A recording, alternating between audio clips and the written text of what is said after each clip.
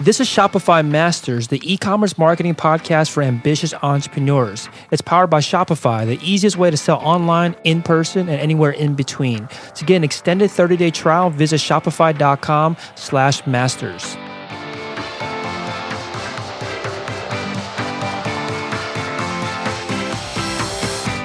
Hey entrepreneurs, my name is Felix and I'm the host of the Shopify Masters podcast. Each week we put out podcast interviews with successful e-commerce entrepreneurs or experts to give you inspiration, motivation, and actionable tips to increase your traffic and sales so your store can generate the sales you need to live the life you want. In the last episode, Angela Mader from GetFitBook.com explained why she thinks persistence is the key rather than passion to running a successful business. On today's episode, you'll learn from an entrepreneur that's building a business on the side and driving traffic from Tumblr. In this episode, you'll learn how and why to get deeply involved with communities before launching your business, how to deal with the lack of energy and momentum when working a day job and starting a business on the side, and what is private label dropshipping and why it might be better than traditional dropshipping. Today, I'm joined by Travis Lochner from Beehigh.com. That's BEE-HIGH.com. Beehigh is a social profit company leading the new generation of cannabis culture. It was started in 2015 and based out of Denver, Colorado. Welcome, Travis. Hello, Felix. Glad to be here. Yeah, glad to have you on. So tell us a little bit more about your story and what are some of the, because I know you sell a few different products. So what are some of the most popular products that you sell? So we basically have established ourselves as an e-commerce market for the new generation of cannabis culture. So a lot of our primary products are accessories and bongs, water pipes, devices called dab rigs in cannabis culture, a lot of accessories, basically ancillary products for the cannabis industry. Everything that doesn't touch the plant, essentially. Nice. I like the way you put that. So tell us a little bit more about your background. How did you get involved in this industry? So I am from Colorado, born and raised. So I've had the blessing and the pleasure of watching the cannabis industry grow right in front of me. And so many people are having great success and exploring the area. I'm a very exploratory individual, and the opportunity was hard to resist naturally. And then the secondary level is just having a general interest in cannabis on a personal level. I'm really passionate about cannabis in general as being used as a wellness product and really enhancing people's lives versus the kind of the old school mentality that unfortunately plagues a lot of the industry. So I'm really excited to be in here, jump in the trenches, be the first on board, and be able to really set the tone for this new generation of cannabis culture that's emerging. Very cool. So because you're kind of getting at this a little bit about how there's still a stigma associated with this industry and because it's changing so quickly, especially here in the United States, were there ever concerns for you for getting into this, or did you see it as an opportunity more than anything? Absolutely. It was really it's a double-edged sword. So the opportunity is there, but the downside of this opportunity is there are a lot of red tape and regulations that you have to kind of wind through. And we can jump into that a little bit later, but that's definitely one of the areas that we've really focused on with our branding is shattering that old school lazy stoner stereotype. Like everybody in the industry understands this isn't actually all the people that use cannabis. So I'm sure you're aware of the kind of the classic stereotype or the Tommy Chong like 70s show style stoners of the, whoa, man, whoa, we totally forgot to order the pizza, bro. Like, yeah. no, that's, yes, those people exist. But we have to realize this is only a fraction of the community. So a lot of our focus on our branding is just shattering that lazy stoner stereotype and being heavily targeted on responsible, respectable, regular users. And there's plenty of them. Yeah, and how did you recognize this because that there were these types of users, that there was a market out there for this? Because like you're getting at it, there's always been this stereotype of the quote unquote stoner culture like you're talking about. How did you know that there was more beyond just, that type of, I guess, stereotype of a user of cannabis? So I am in the trenches here in Denver, Colorado, seeing this industry emerge. So I've really kind of got two things going for me that have developed this mentality. And the first one is really just my personal experience with cannabis, within my family, within my surroundings, within my upbringing. None of it really matched the lazy stoner stereotype that most people associate with. So I've always personally had kind of a disassociation with the lazy stoner stereotype. And then secondhand was when cannabis was actually legalized. And people here in Colorado were losing their mind, thinking, "Oh man, all these people are going to be out on the streets smoking weed, and oh my God, the world's going to end and everything." And it legalized, and to be honest, things really only got better since then. And I have the opportunity to really speak with a lot of these high stakes individuals, whether it's a cannabis dispensary owner or just a regular user. It's really just regular people that are using this plant. And there's just a wide spectrum of how they're using it and why they're using it as well. And just seeing that firsthand and noticing the misalignment with kind of the general assumption we're talking about and what actually is happening in the industry, it was very obvious to connect the dots that not everybody falls into that category. Makes sense. So, not everyone is listening might be in the cannabis industry, but they might be selling a product, or maybe their entire brand is around maybe it's more sensitive, or again, a industry that has stigma attached to it. So in that case, like what kind of, I guess, tips can you offer up when it comes to how to navigate around this stigma? Because I could imagine, and maybe it's not true, but I could imagine that it might be harder to market or make connections, or maybe even do things like run ads, because again, it's a stigmatized industry. So have you experienced that? And what ways have you found that worked well to help you navigate around that?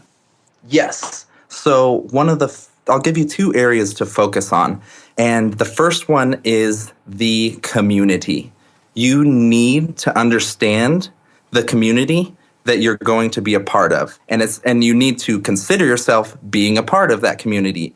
You definitely don't want to come into the mentality that you're selling to a community.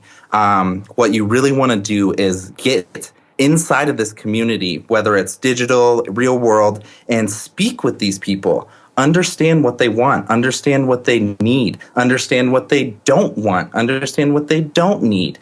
And from a lot of that, it basically gives you a lot of the puzzle pieces and the structure to develop it.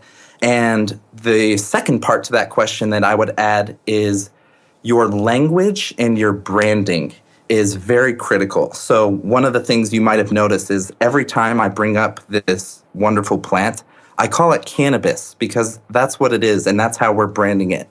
There is a lot of power attached to the language that you use, and when you use the language that people respect and understand, it will attract those people that use that same language. So I use the term cannabis instead of saying smoking pot or you want to smoke some weed and stuff like that, because it really resonates with our community on a higher level. And being really precise with your language and being really involved in your community will be really two great starting points to kind of tap into that. Yeah, let's start talking about this. Again, this applies to anybody, anywhere, regardless of industry. When you do or thinking about starting a business, thinking about creating a business around in a specific industry, you're saying that get involved in the community first. So what ways have you done this, or what ways do you suggest people get involved in the community to learn as much about the target market so that you can develop the right products and market it the right way? Yeah. So what we've done, you may have heard the concept of the watering hole. So you want to find where your audience is hanging out and who they're hanging out with. And thankfully, cannabis is such a widespread product that virtually almost anybody in any market could technically be an accurate audience. But what really has been our sweet spot has been tapping into social marketing on specific channels that have really good cannabis themed engagement and cannabis communities. One of which is Tumblr.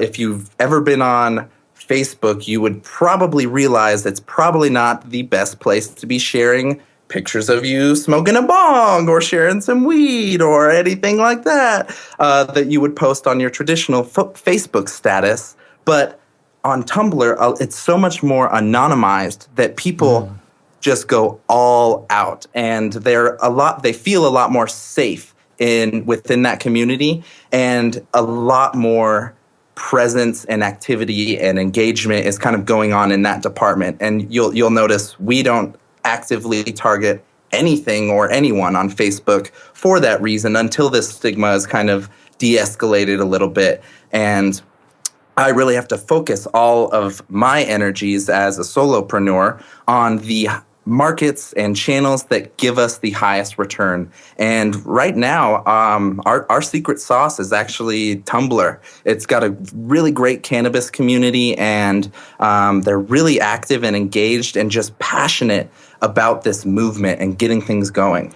Yeah, definitely want to talk about your Tumblr strategy in a bit, because I don't think anyone that's been on this podcast that has used Tumblr to market their business. And what you're saying before, it makes a lot of sense because there is still this stigma attached to cannabis. There are people still, quote unquote, in the closet that are using cannabis, that are not, it's not something that you can just come out and say on to your friends or family or, on Facebook. And I can imagine that kind of reduces the shareability, I guess, or virality, at least on certain platforms like on Facebook. So yeah, definitely want to talk about how you got around this on Tumblr in a second. Before we get there, let's talk about the very beginning of your business. So you knew there was a market for it. You were kind of surrounded by in the offline world just because you were in Denver, Colorado. And for anyone out there that's not from, not familiar or not from the United States, like that's one of the, the first states really one of the first states to legalize, recreational use of cannabis. So you knew there was a market for it. You knew that there was big business going on around it. What was the first step? You knew that there was a market. How did you go from knowing that there was a market for it to actually starting a business? So I had a non-traditional entrance into this market, and a lot of people really just dive straight in, and I didn't have that luxury. I'm really young. I'm 25 at the time of recording this, just turned 25 this weekend actually, and was just getting out of college when all of this is happening. So I'm seeing all of this happen around me. And of course you want to be a part of it, but at the same time you have to be realistic with what's in front of you. And one of the things that I think will really resonate with your audience, Felix, is the fact that maybe we can't just quit everything we've got going on and just jump in and go and try this out and see how it goes. Not all of us have the luxury of doing that. So I actually have been working full-time Monday through Friday, 9 to 5 at a regular job at a nonprofit organization. And a lot of that has given me my general stability that everybody strives for. And it gives me a lot of that passionate work. It feels like I'm doing something different. I'm doing something meaningful. And I didn't exactly have this, okay, throw everything out. Let's go. Here we go. Time to rock and roll and jump into it like many people did. So I had a little more of a strategic approach in getting into this industry, and that is more of dipping your toes in the water.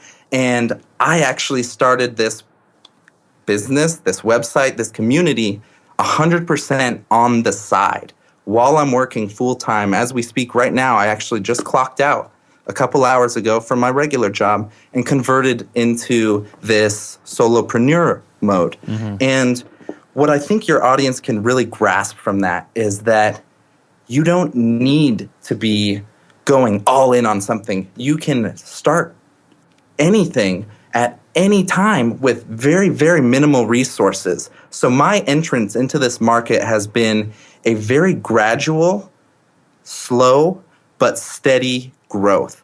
And I really just created the website, created our Tumblr, and was ready to go out of the box from there. And it pretty much has been slow, organic engagement that builds the community, builds this audience, and which eventually funnels into our marketing strategy and everything. So a lot of it was something I know I want to do, but because I have to be realistic with the balance that you have in your life, realize that you can start something just on the side and let it grow. See what works, see what doesn't work. And it doesn't have to be the end of your world. If something goes wrong, you will still have this, whatever your fallback is traditionally. And some people will assume that will keep you sheltered or keep you from taking risks. But it's really put me in a spot where I can be very experimental with our audience and the content I'm putting out and see what works and see what doesn't. And it doesn't have to be such a high stress environment like so many people assume it's going to be. So my advice for anybody out there that's thinking of doing something, if they've got an idea, they know something just inside and out, they're really passionate about, just give it a little shot on the side. Just see how it goes. Give it a little bit of traction, and you'll find the ideas that work, and you'll find the ideas that don't work. Resonate with your audience, the ideas that do work, and take away anything that doesn't. So it's really just a slow and steady wins the race from this end, Felix. Definitely, I definitely want to talk about this more because I feel very strongly about this particular topic because it's really underrepresented, right? This perspective that you have, because it's not that interesting or it doesn't make the headlines when the story is, 25-year-old works on the side to start a business, right? It's not that not as interesting as a 25-year-old quits his, six-figure job and dives right in and launches $1 million business. Not as interesting, but I think it's a much more realistic approach for a lot of people. I would argue that most of the people listening right now are in that situation where they are working a day job or consulting or doing something to pay the majority of the bills and then trying to start something on the side. And I think this is a really important point to talk about because if you do kind of subscribe to the idea of you having to quit your job and going full time, is that one, it can be dangerous, right? You could be very dangerous. It could disrupt a lot of, the stability that you're talking about that you kind of throw out the window. And the second thing is that it kind of forces, sometimes people feel like they have to wait until the perfect time where it's like, I can't do this yet because I haven't quit my job, so I can't focus on it full time. And it makes people wait longer than they need to, which is, I think, what you're getting at. Exactly, Felix. Yeah, no, definitely. So let's talk about the common objection or common, points on the other side of the table. The one thing I think you brought up was that, if you have a plan B, you're always going to end up, deferring back to your plan B, your backup plan. What are your thoughts on that? Do you feel like that ever comes up for you? And I guess, what are your general thoughts when someone says something like, if you have a backup plan, you're always going to default to it? Yes, I'm actually a little torn on that one because I've heard the exact same things you do. I listen to all kinds of podcasts, self-development, professional development, entrepreneurial advice, and a lot of it leads to that direction of kind of the go all in without that fallback. And I'm actually torn myself, Felix, as well between this exact issue because I wonder how much I'm holding myself back technically. And at the same time, I also want to be very respectful to my community and to the audience that we are cultivating. And I think one of the other points that you can get into when you just go all in is your intentions can slightly change. When you absolutely need a sale to have food on your plate this week or to pay rent this month, your attitude and your language and your tone is going to be much different than cultivating an organic relationship with this community. Mm-hmm. So one of the trade-offs I think I can I can kind of play on a little devil's advocate for the other team of starting slow on the side, is you can remain a lot more genuine and organic with your relationships, which in the long run, I believe are going to be a lot more valuable than a single sale that you're just trying to push. I would be much more inclined to cultivate a long-term relationship to increase the lifetime value of a customer than to force them down a short and narrow path that I can get a quick sale from them this week. So that's kind of my input in that department. Right. That I think that makes sense. What you're getting at is that when you don't desperately need to put food on the table or pay the rent because you already have something else helping you fund all of those expenses, you start thinking and making decisions for the long term rather than the sale for today, this week, this month. Exactly. So the other question is, I guess the other point is, do you feel like you could lose momentum? Because there's this, I guess, other idea where you have something that's moving along, but you only half your time, maybe even less than half your time, or is focused on it because you have, an 8 hours of your day devoted to something else. Do you ever feel like you are losing momentum, or maybe don't have as much? Like, obviously, you probably don't have as much energy, but like, how do you deal with these, I guess, shortcomings? Yeah, so that's one of the things I've definitely been focusing on, and just from a personal development side, is avoiding the compare and despair, which will honestly kill you if you are in the entrepreneurial zone, athletic zone, artistic zone.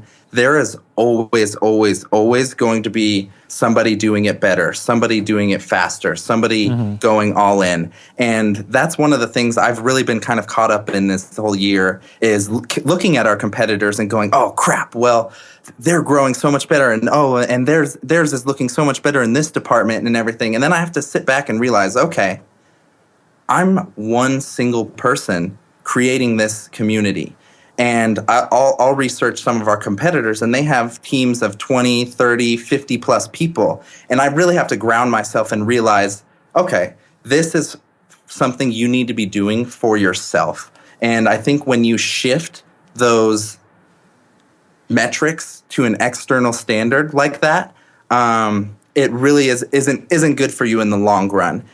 So it definitely affects me, and I feel like I obviously would love to have 8 to 10 more hours every day to amplify this. But right now, the balance on the ROI would not be able to make up for it. So that's kind of my point for that question, Felix. Yeah, I think that makes sense. It's funny. I've also spoken to some other entrepreneurs that basically don't have a day job and are only solely focused on their business. And some of them have told me that they will artificially restrict their time, not because they don't have the time, but because if they have 8 hours, 12 hours, 10 hours a day to work on their business, they tend to spend time distracting themselves or focusing on the wrong things. And sometimes these restrictions not only definitely will force you to get creative sometimes, it also forces you to think about what actually desperately needs to be done and not spend your time on things that aren't actually core to the business. So, that's kind of like, I guess, a positive to the lack of time. It just forces you to be really, I guess, economical with your time and economical with your energy. Yeah, that's exactly right. Yeah. Yeah. So this kind of leads into my next question, which is that because you have a day job, because you're getting paid through a paycheck, you obviously have less time throughout your day because you are spending 8 hours or so at work, but you do have more cash and stability than someone that was just to quit and start a business from scratch. How have you used this, I guess, to your advantage, where you are time poor but cash / stability rich?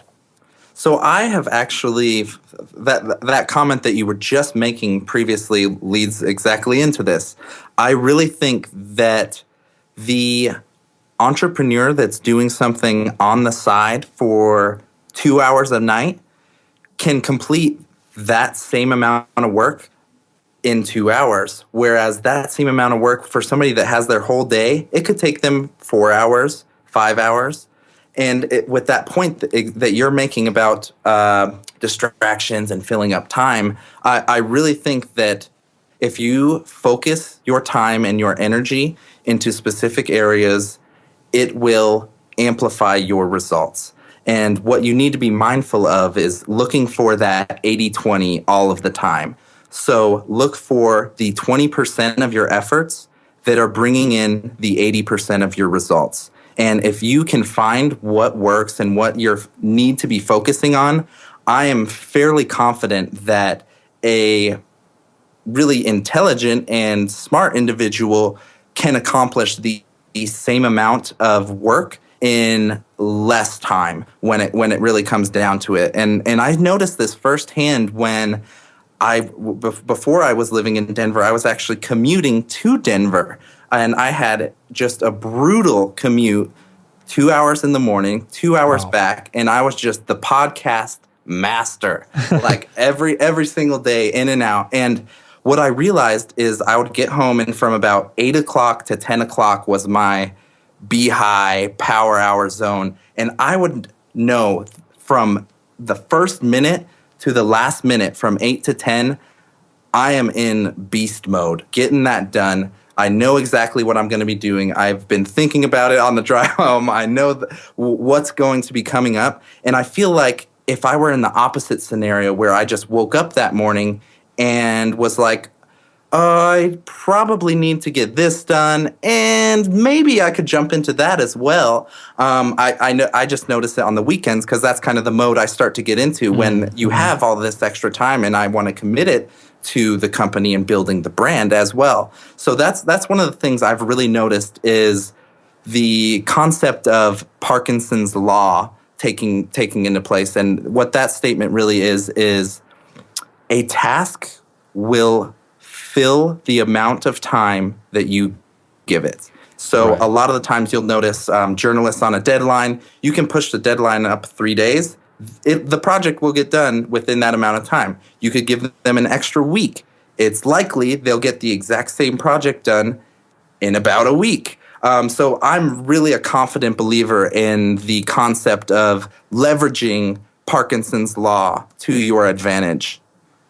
Yeah, I like that. So, speaking of this and then speaking of what you're saying about 80-20, how do you locate or how do you identify those activities, those tasks that are going to, that will deliver, 80% of the value, 80% of the value for your business?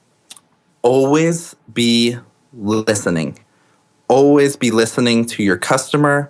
Read anything and everything you can on your industry. Read what other people are doing. That's where a lot of our strategies come in, is doing competitor research. See what's working for other people, what they're missing out on. So I am really confident in my ability to look at tons and tons of details and information and all kinds of market research and boil that down to something strategic, something meaningful. Find the patterns, find where the results are coming from. And a lot of the time you will find it's coming from 1 or 2 or 3 different areas that you're focusing on. And for us, it has definitely been in the social marketing and email marketing kind of hybrid area. Mm-hmm. Makes sense.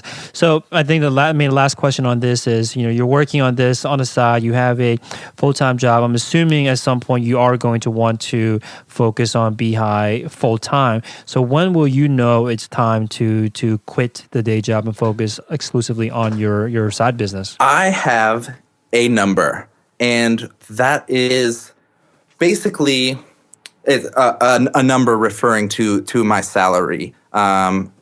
I want to be able to double my current salary with Beehive.com. And when I reach that point, I think I can confidently jump and go all in. So that's just a personal strategic decision to shoot for a number. I've had a coach or a mentor that's recommended setting a single date. Look on your calendar, whether it's 2 years from now, 3 years from now.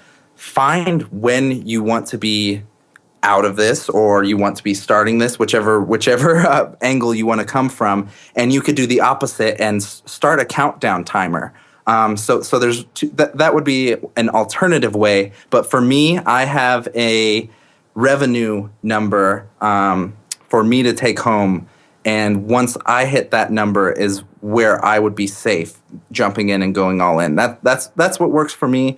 And maybe a time-based goal will work better for other individuals. But that's what my game plan is over here on this end. That makes sense. For someone that maybe doesn't have a business yet or is still working a full-time job, they might be thinking, I want to quit and focus full-time on my business that I'm going to start if I can just match my salary. Why do you say double your salary?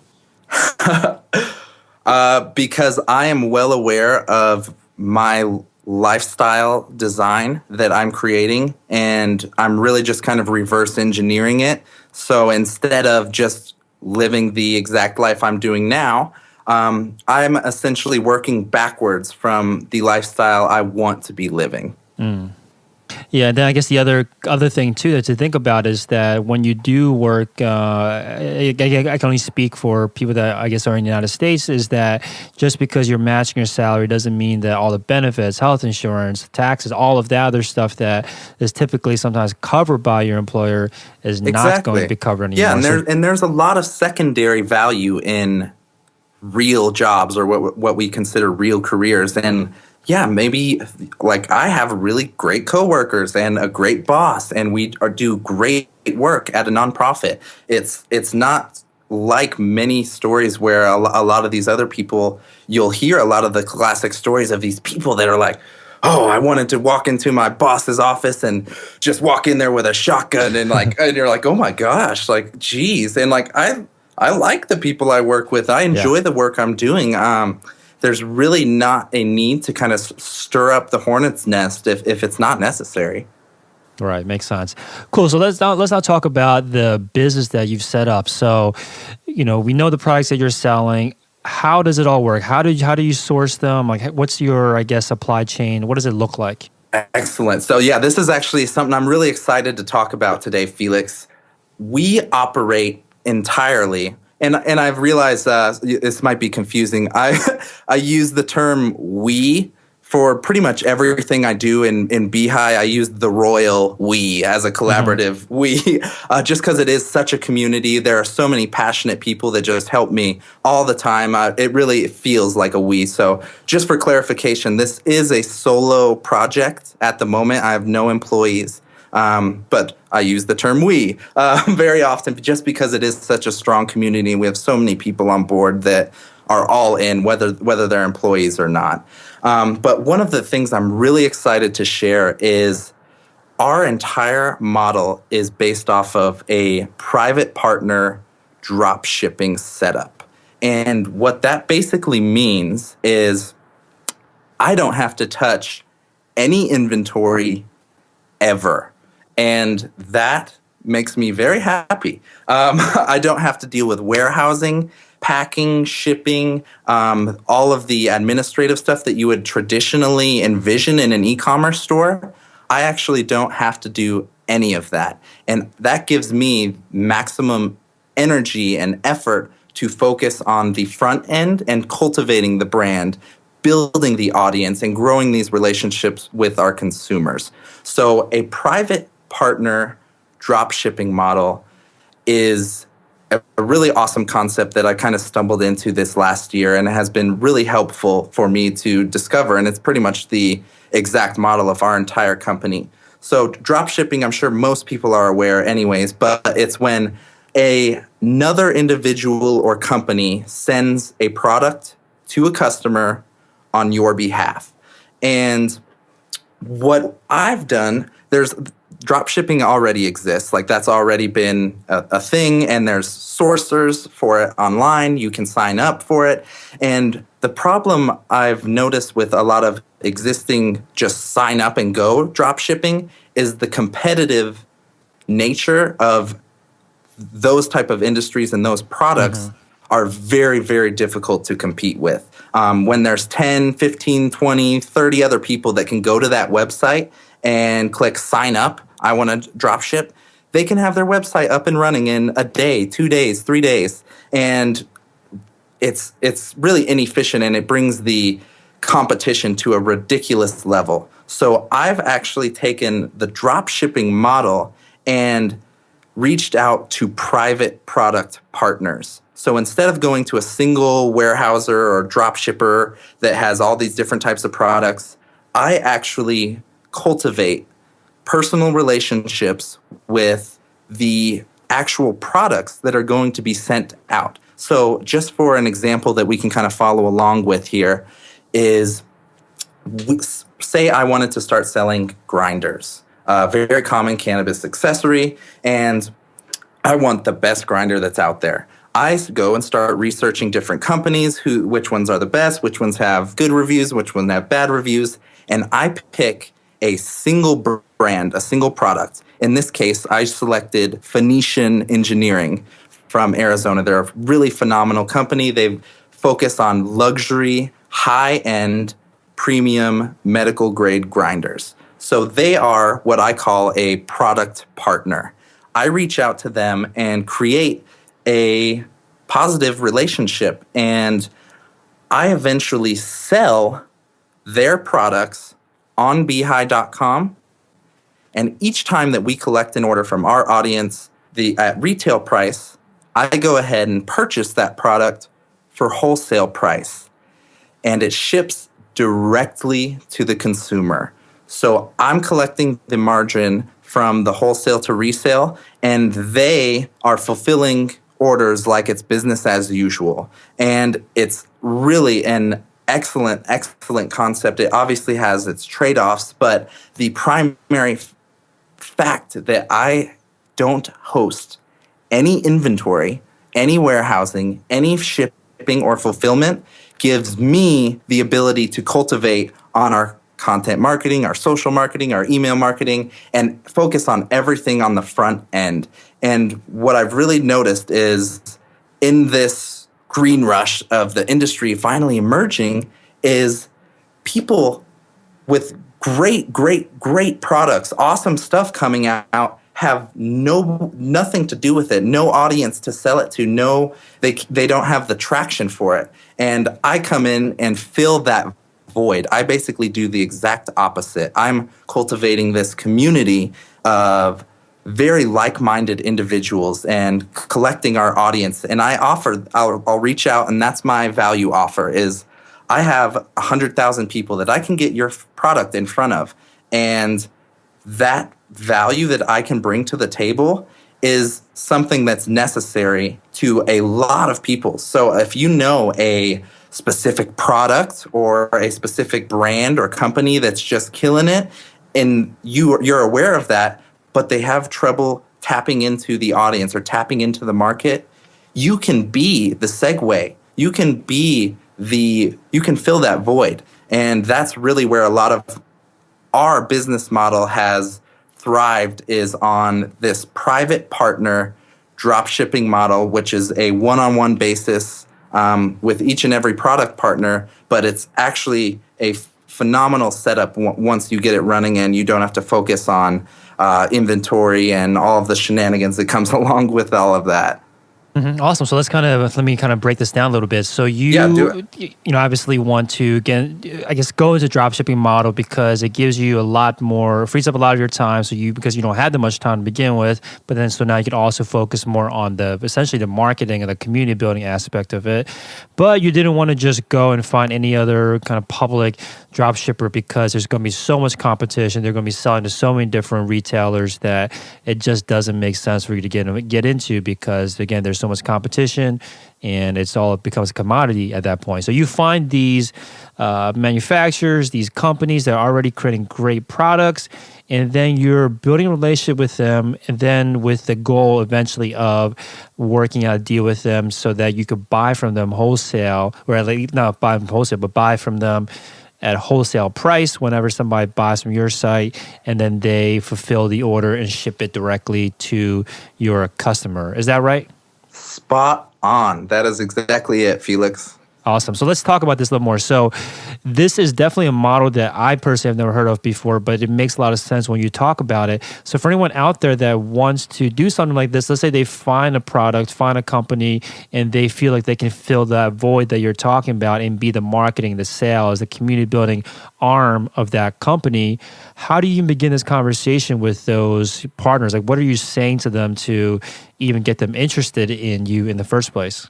So the most critical element of this entire process is the audience and the community that you own.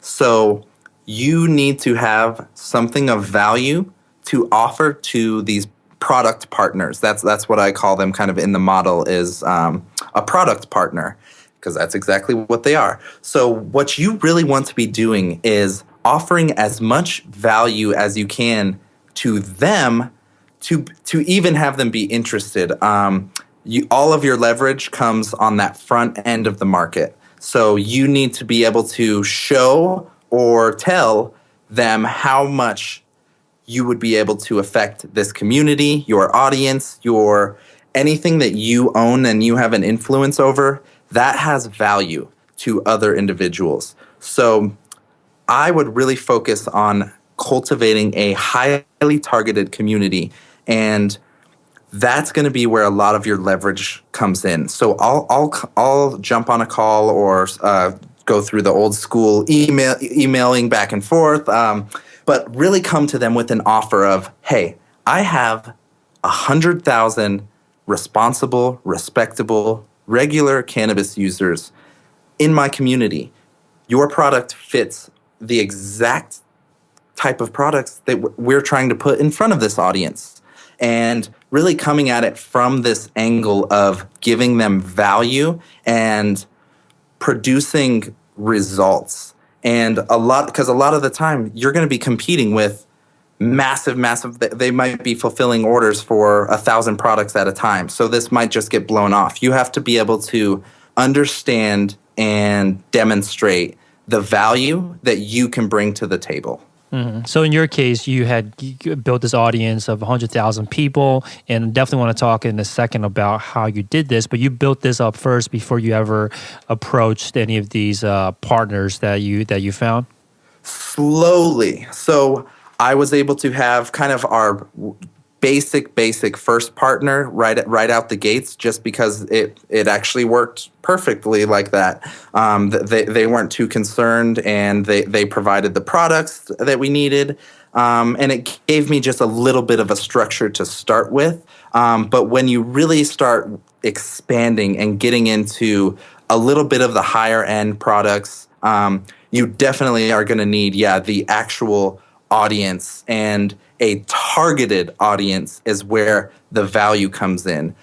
We are very clear that we are shooting for a little bit above the traditional market and shooting for the affordable luxury category. We're not competing on price. So a lot of the things that I consider when looking for partners is the value and the perception of their product and how well that's going to match the audience that I'm serving. So in the case of Phoenician, they have luxury premium grinders. This guy, he's obsessed with engineering. He knows, like, if you move this tooth to this side, then it won't get stuck on this, and all, like, a whole nother level of detail that I didn't even know existed. But it gives the user a premium experience. So it made it very clear that we had a product audience match. Whereas if I went and saw somebody with the exact same thing and they had some cheap aluminum alloy grinder that was manufactured 10,000 at a time, and they sell 3,000 at a time to wholesale distributors throughout the country, it's very unlikely that we would have a product market match there. So being really focused and really considerate of the audience that you have and the audience you're serving, and the product that you are reaching out to attempt to connect with that audience. Having that match is very critical, and I've been very concise and considerate about the selection of our products, which has been really part of our success model. Instead of giving the whole warehouse style of websites, I'm sure you've been in like a website where you literally just feel like you're in a warehouse and you're just clicking through pages and pages and pages and pages and categories. And we offer the polar opposite of that. If you would imagine a traditional warehouse, Walmart style store, we are the polar opposite of that. We would be like a men's designer boutique around the corner. And I'm very concise about the product selections that I put in front of our audience instead of just overwhelming everybody with anything and everything. So that's been another little detail of creating really positive relationships with these individuals because of our marketing and our branding. A lot more product partners that fit that category are all about it. Makes sense. Cool. So let's talk about this audience that you built then. So 100,000 people, heard you say it a couple of times. Is that just all on one platform? Like how is that spread out amongst all, I guess, your profiles? The primary metric I'm trying to get away from using, but I use it right now just for tracking general metrics, is cumulative social reach.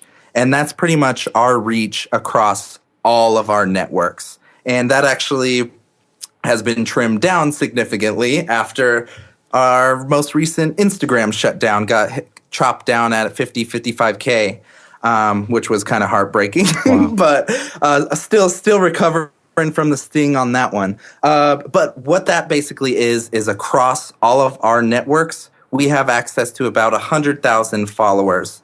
And a large majority is Tumblr. Another chunk of that is from Massroots, which is a mobile app targeted only for cannabis consumers. So that was definitely, again, we mentioned that watering pool earlier. You want to be at the exactly where your audience is, and it was dumb not to be there. So Massroots was another very excellent area for us to kind of cultivate a little more traction. And then the classic Tumblr, Twitter, Pinterest is the other ones. So I don't want to get stuck on this point for too long, but you said 50,000 followers on Instagram. That profile got shut down. Like, man, that's definitely sounds devastating. Like, what happened? So as you kind of mentioned earlier, what are kind of the trade-offs of being cannabis related and cannabis company? One of the things that we've done as a strategic decision is be very clear with our language and the terms that we use. So a lot of the times, I'm sure you've been into like maybe a head shop or heard the people that use the phrase, "This is for tobacco use only." And you're like, okay, sure. Everybody knows like that's not actually for tobacco use only. So a lot of the other companies they just roll with that because that's what you're supposed to do. And everybody just thinks that's how it's supposed to go.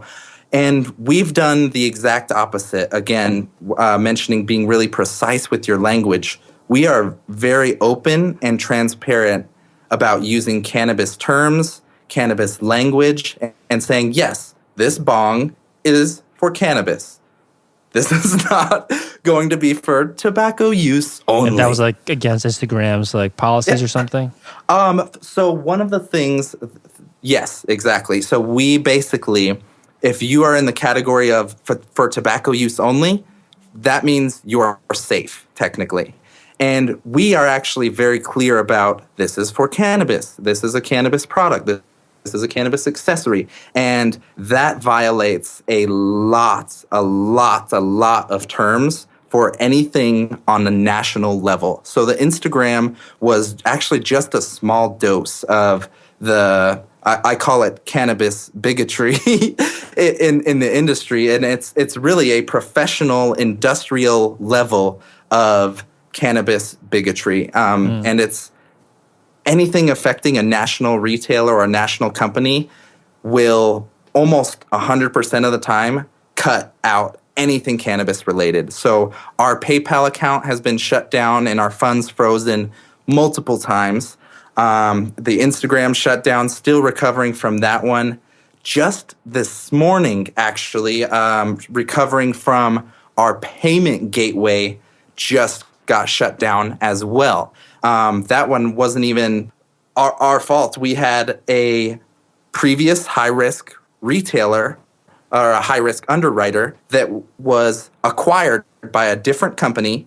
That new company came in and reviewed the policies and everything and cut anything and everything cannabis related or cannabis accessory related. So literally, as we speak, I just opened my email this morning to see that our payment gateway has been shut down. So I've got a stack of papers to sign up for new payment gateways, get all of that figured out later. It's really a frustrating point, but it's also a really a moral stand from my perspective as well, that I'm not going to play the for tobacco use only games. I'm in this, again, for the long run. I'm in this for the long haul. And we're open about being heavy cannabis supporters. And it has some trade-offs. And I'm quickly realizing what those trade-offs are, one at a time.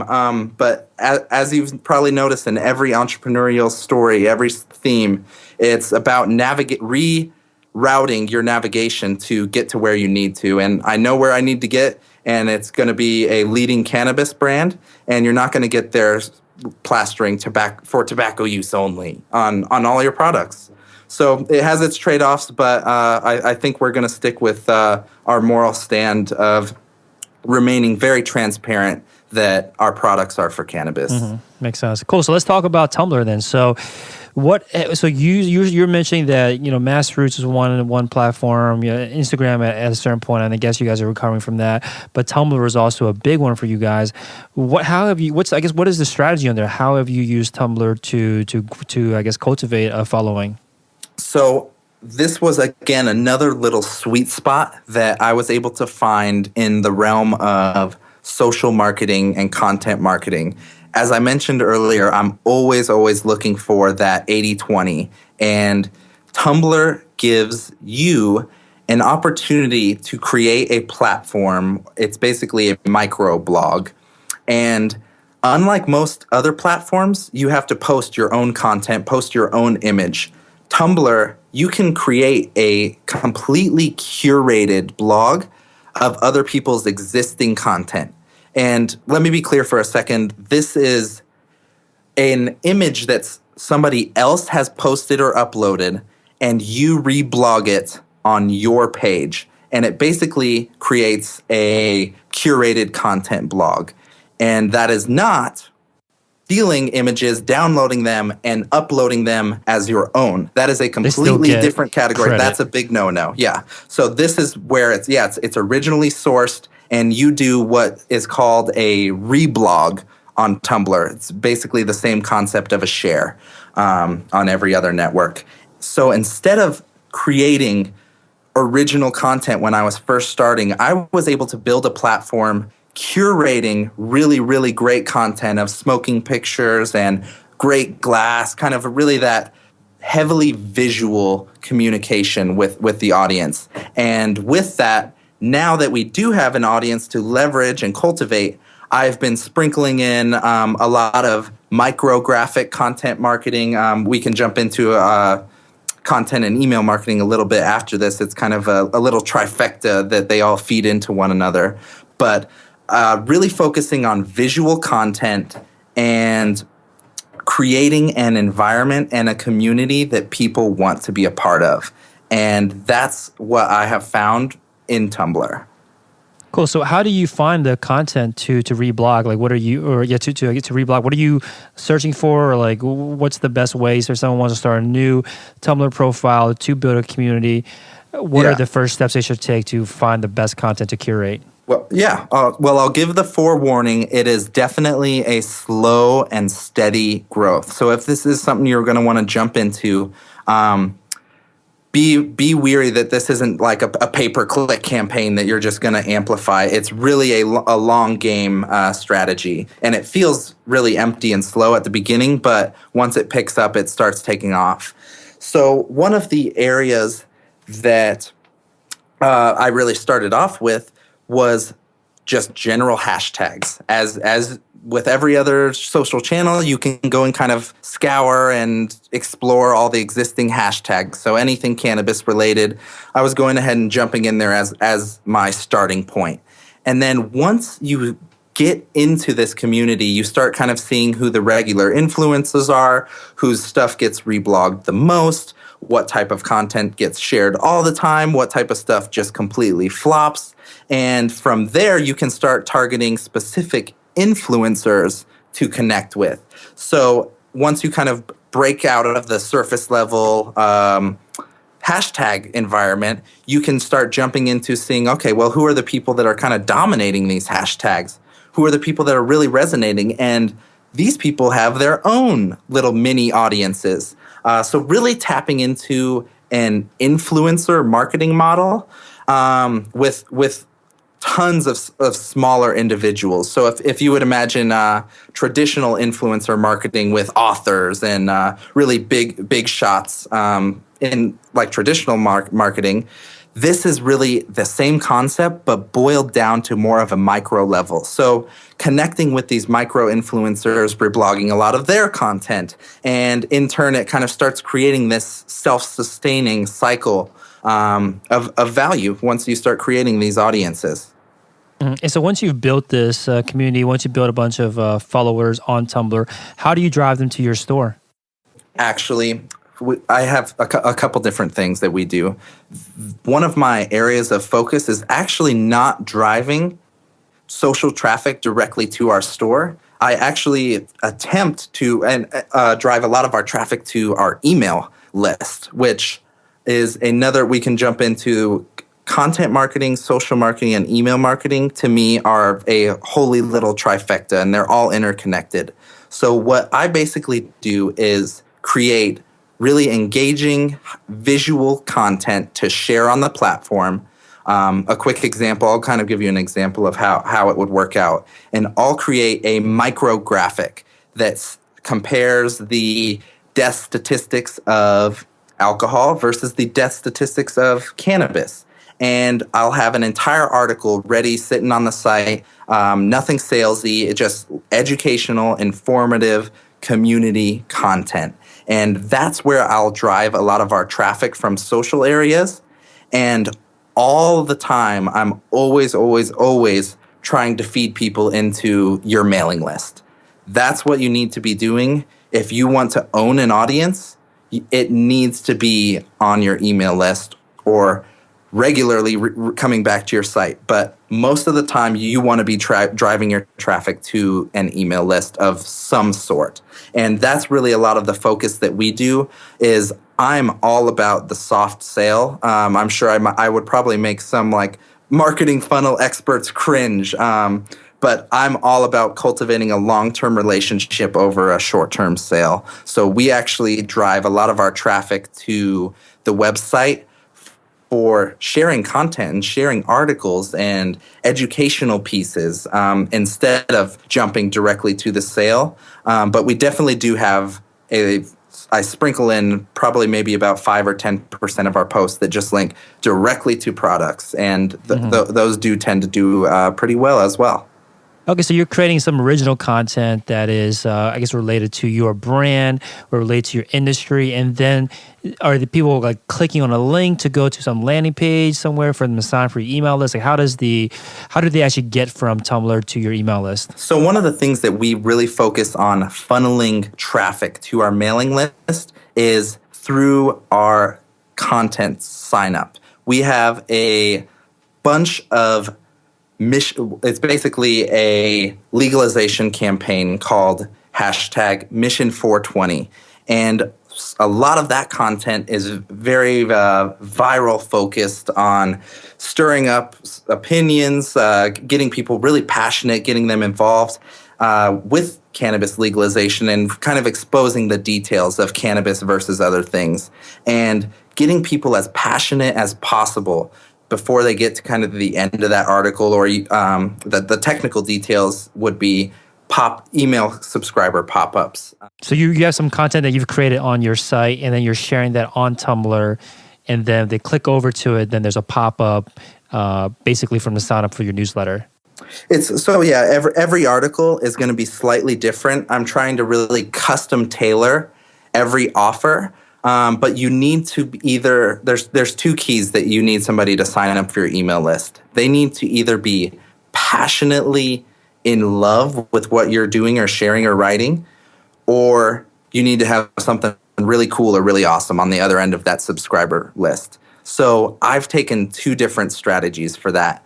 One is kind of a traditional giveaway platform where we just straight up give us your email address, you're entered to the giveaway, and you can win anything you want from the site for free. Stuff like that, very simple model.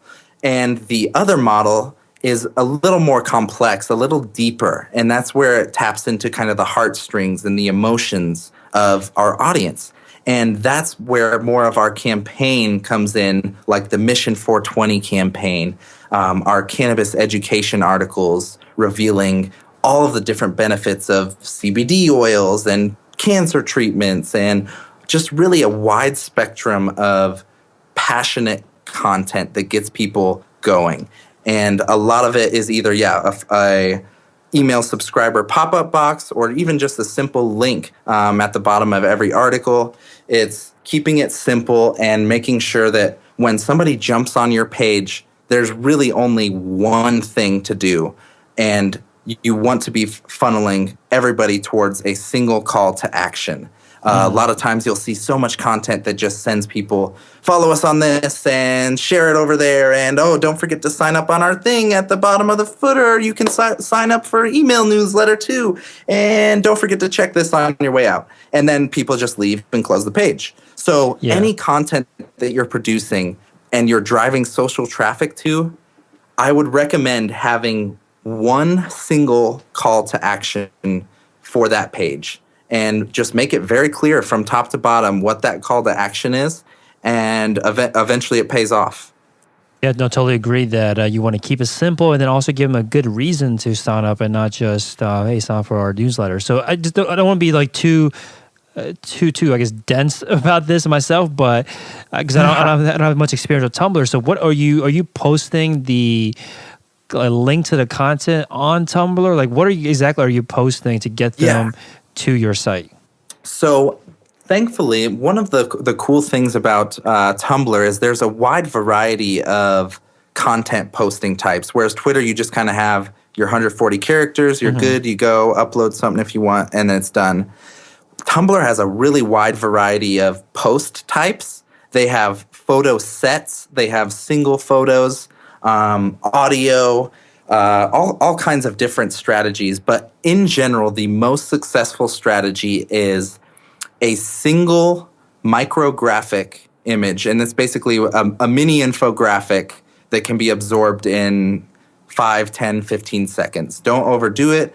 And that's where a lot of our traffic comes from, is I'll post a single micrographic that's part of a larger article and just create a link to that article within the post. So the micrographic will be explaining 90% of users that overdosed on prescription painkillers could have potentially been saved from cannabis. A little quick snippet of information, a little quick fact. It's heavy on visuals.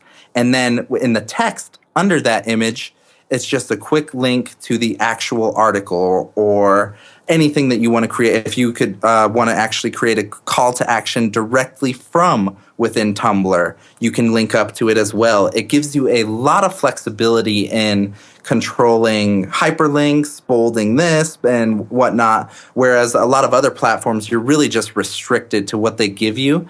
So that is one of the areas where I can create custom links, and that's also one of the areas I've been experimenting too, to see what types of links are working. Is it better to send people directly to the mailing list, or is it better to send them to content first and then the mailing list? And just always testing, always optimizing.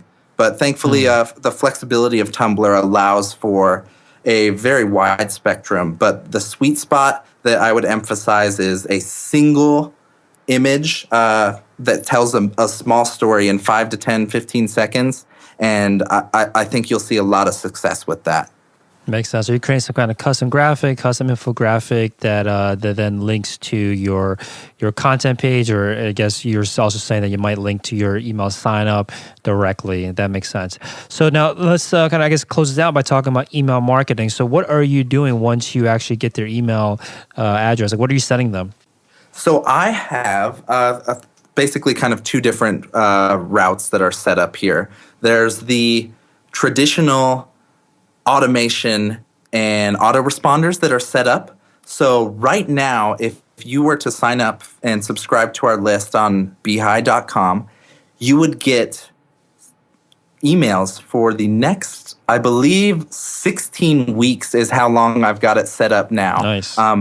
Again, maximizing that 80-20 email automation sequence is really where you can maximize a lot of your efforts, because once it's set up, you can keep building off of that.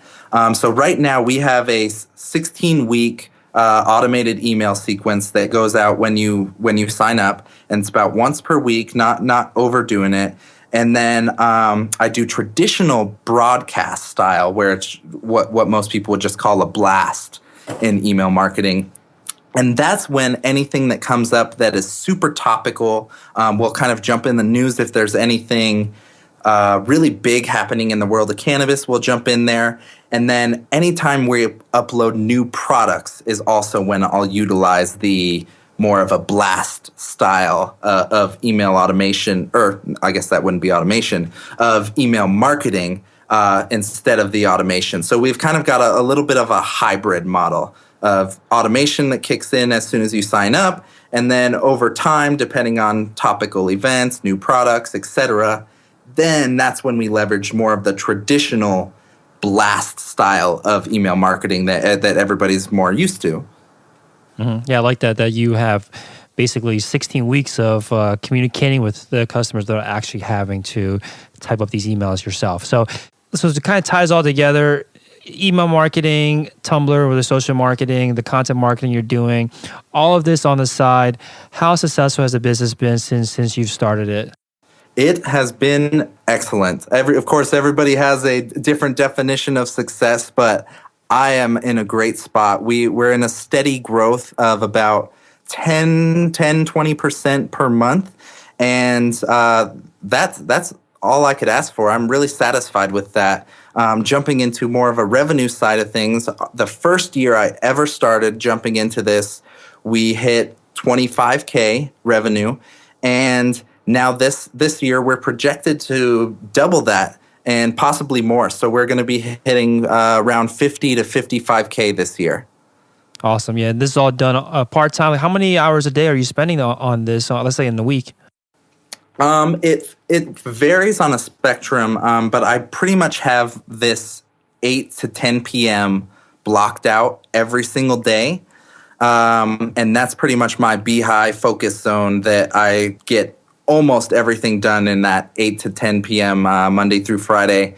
And I try to invest as much as I can on the weekends, really doing a lot of the sacrificing of social hours and going out on Fridays and Saturday nights. A lot of the times they're spent right here in front of this keyboard, but it's really worth it in the long run, I believe. Awesome. So thanks so much, Travis. So beehive.com, BEE-HIGH.com is the website. Anywhere else you recommend the listeners check out for them to follow along with what you're up to, what your company's up to? Yeah, beehive.com. Sign up for our mailing list. You'll definitely be interested in a lot of the content that we promote and put out.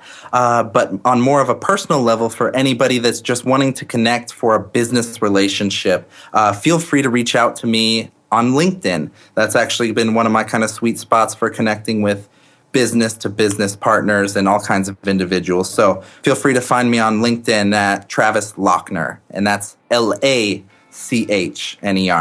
Awesome. Thanks so much, Travis. Thanks so much, Felix. I appreciate your time. Thanks for listening to Shopify Masters, the e-commerce marketing podcast for ambitious entrepreneurs. To start your store today, visit shopify.com/masters to claim your extended 30-day free trial.